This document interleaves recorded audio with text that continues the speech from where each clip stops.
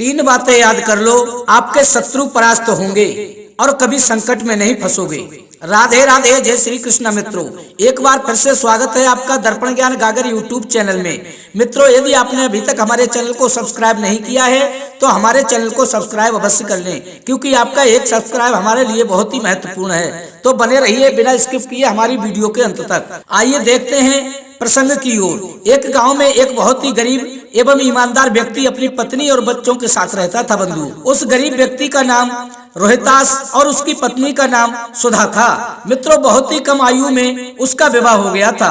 वह मजदूरी करके अपना और अपने परिवार का पेट भरता था और उधर उसकी नई नई शादी होने के कारण वह अपनी पत्नी को छोटा सा और कीमती उपहार देना चाहता था। बंधु, किंतु उसके पास इतने पैसे नहीं थे कि वह अपना और अपने परिवार का ठीक से पालन पोषण कर सके। तो मित्रों, वह उपहार के लिए धन कहां से लाता? जब भी उसके मन में उपहार देने का ख्याल आता तो वह अपने मन को मार कर रह जाता था। बंधु, एक दिन उस गरीब व्यक्ति को यह ज्ञात हुआ कि उसकी पत्नी सुधा गर्भवती है। यह सुनकर वह बहुत ही प्रसन्न हुआ, क्योंकि वह अपने बच्चे को आगे बढ़ता हुआ देखना चाहता था। बंधु, लेकिन इसके लिए उसे बहुत सारे धन की आवश्यकता थी और मित्रों, यह सोचकर उसने शहर जाकर धन कमाने का निश्चय किया और उसकी पत्नी ने भी समय की मांग को देखते हुए उसे शहर जाने की अनुमति दे दी। मित्रों, और उसकी पत्नी सुधा ने उसे रास्ते में खाने के लिए भोजन देकर शहर भेज दिया।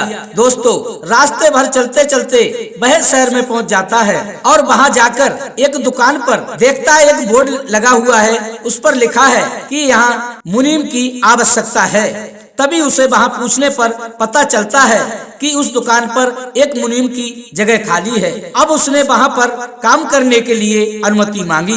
तो मित्रों, वहां उस दुकान के जो सेठ थे उन्होंने रोहितास से कुछ जरूरी सवाल जवाब किए और उसे नौकरी पर रख लिया। बंधु मित्रों, अब तो रोहितास बहुत ही खुश हुआ। उसने सोचा अब मुझे मेरे परिवार वालों को मुसीबत में जीवन यापन नहीं करना पड़ेगा और उसने अपनी पत्नी को एक चिट्ठी लिखकर खुशखबरी दे दी और हर महीने घर पर वेतन भेजने लगा। मित्रों, इस प्रकार रोहितास का जीवन नए ढंग से व्यतीत होने लगा। अब वह प्रत्येक माह में अपने घर पर वेतन भेजने लगा। बंधु, वह आधा वेतन अपने घर भेज देता था और शेष अपने पास बचाकर जमा कर लेता था। दोस्तों, रोहितास ने अपनी बचाई हुई सारी जमा पूंजी अपने सेठ के ही पास जमा कर रखी थी। इस तरह समय व्यतीत होता गया।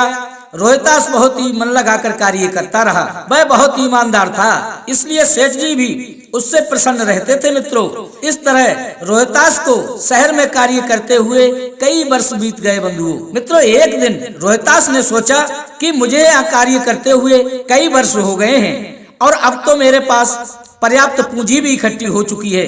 अब मुझे अपने घर लौटना चाहिए। यह विचार करके रोहितास ने एक दिन सेठ जी से कहा कि सेठ जी, मुझे अपने परिवार की बहुत चिंता हो रही है, इसलिए मैं अपने घर जाना चाहता हूँ। यदि आप मुझे आज्ञा दें तो मैं अपने घर वापस चला जाऊँ। मित्रों, तो सेठ जी ने उससे कहा कि रोहितास, तुम एक बहुत ही अच्छे और ईमानदार व्यक्ति हो। मैं तुम्हें यहाँ से भेजना तो नहीं चाहता, किंतु तुम्हारे भी बीवी बच्चे हैं, इसलिए मैं तुम्हें नहीं रोकूंगा।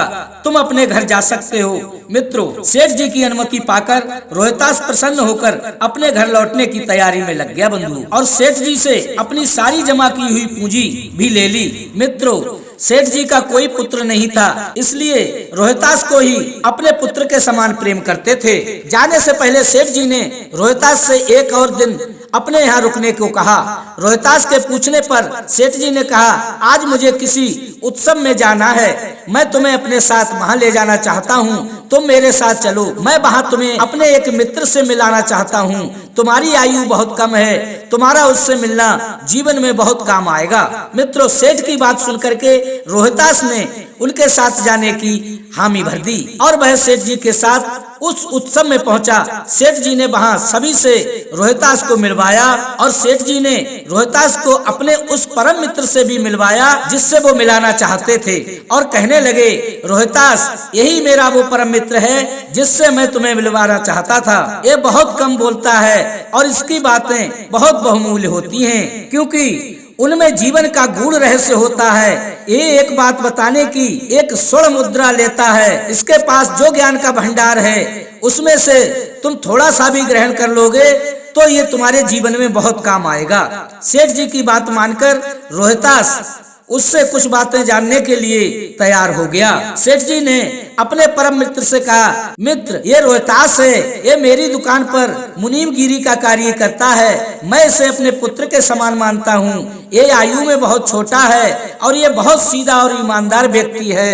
ये कल अपने घर वापस जा रहा है। मैं चाहता हूँ कि जाने से पूर्व ये जीवन में काम आने वाली कुछ ज्ञान की बातें अपने साथ लेकर के जाए।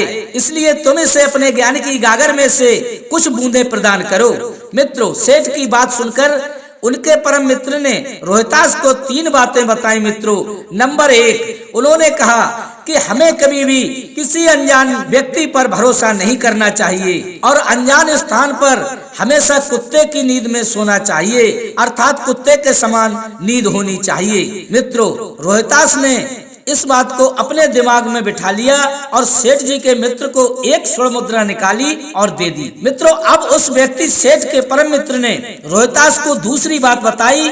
नंबर 2, उन्होंने कहा कि कानों सुनी और आंखों देखी बात पे भी धोखा या भ्रम हो सकता है। इसलिए कोई भी बात सुनने या कुछ अनुचित देखने पर पहले उसे गहनता से जांच लेना चाहिए कि ये बात गलत है या सही है। रोहितास ने उन्हें एक और स्वर्ण मुद्रा भेंट कर दी। तभी रोहितास ने उनसे एक बार और बात करनी चाहिए। दोस्तों, नंबर 3, तभी उस ज्ञानी व्यक्ति ने बताया कि कभी भी क्रोध में आकर कोई भी गलत कार्य करने से पूर्व 1 से 100 तक गिनती अवश्य गिन लेना चाहिए। मित्रों, रोहितास ने उस ज्ञानी पुरुष की बताई हुई तीनों बातों को हृदय में उतार लिया और अगले दिन सेठ जी से आज्ञा लेकर अपने घर चल दिया। रोहितास को मार्ग में ही शाम हो गई। उसका घर अभी काफी दूर था। उसके घर के मार्ग से पूर्व एक घना जंगल पड़ता था।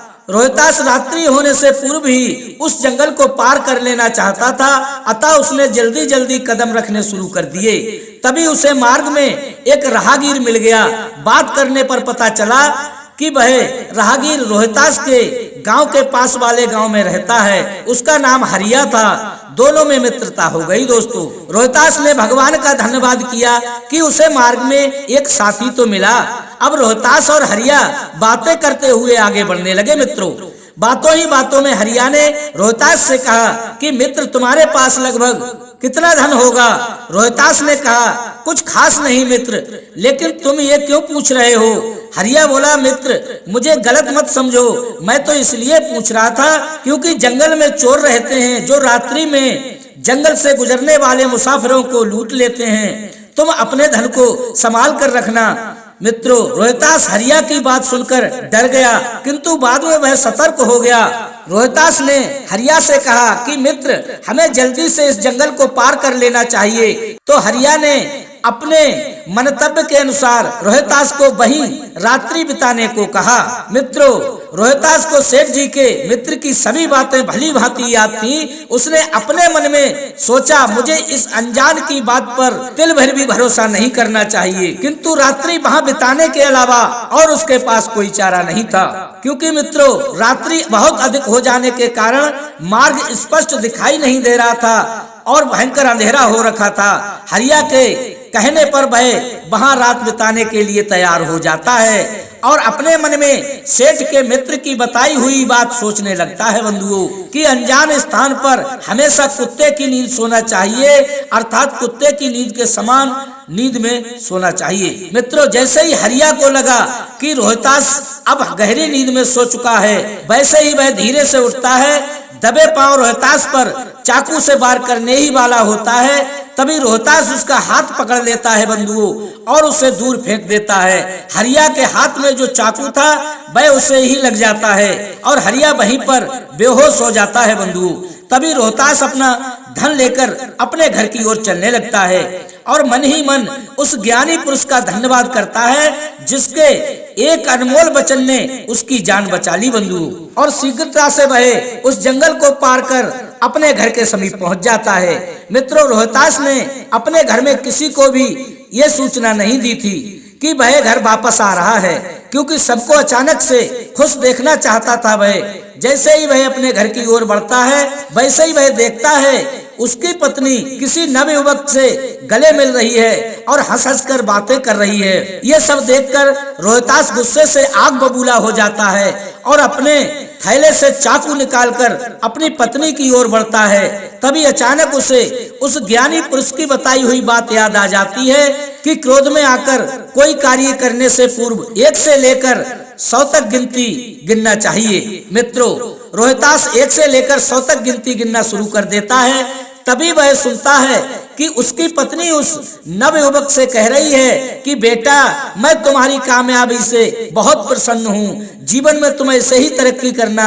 मैं तो अपने बेटे को आगे बढ़ता देखना चाहती हूँ। यदि आज तुम्हारे पिताजी यहाँ होते तो वे भी बहुत प्रसन्न होते।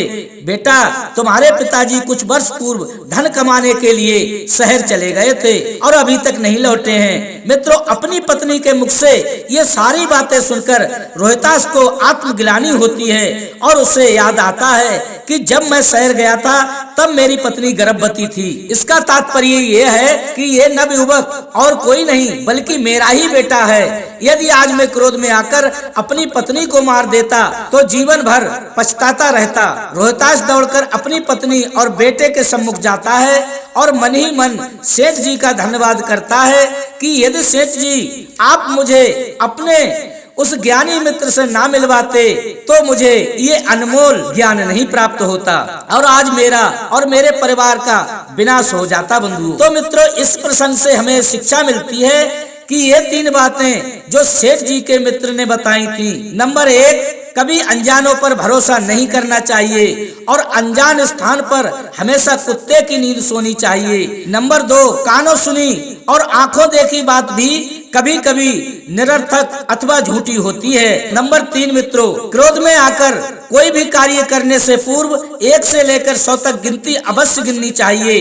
तो मित्रों, ये 3 ज्ञान की बातें जो कोई भी अपने जीवन में उतारेगा वह कभी भी अपनी जिंदगी में किसी से धोखा नहीं खाएगा और अपने जीवन में आने वाले हर संकट से वह स्वयं ही निकल जाएगा और कभी भी अपने शत्रु के हाथों परास्त नहीं होगा और वह अपने शत्रु को अपने ही हाथों स्वयं परास्त कर देगा। जिस तरीके से उस हरिया ने रोहितास पर चाकू से हमला किया तो उसने किस तरीके से उसे परास्त कर दिया और अपने जीवन को बचा लिया। मित्रों, तो मित्रों, कैसी लगी हमारी ये आज की कहानी? यदि अच्छी लगी हो तो लाइक शेयर करें और कमेंट में राधे राधे जय श्री कृष्णा बस लिखे। मित्रों, और हमारे मनोबल को बढ़ाने के लिए चैनल को अवश्य सब्सक्राइब कर लें, क्योंकि आपका एक सब्सक्राइब हमारे लिए बहुत ही महत्वपूर्ण है। इसी के साथ बंधुओं, राधे राधे जय श्री कृष्णा दोस्तों।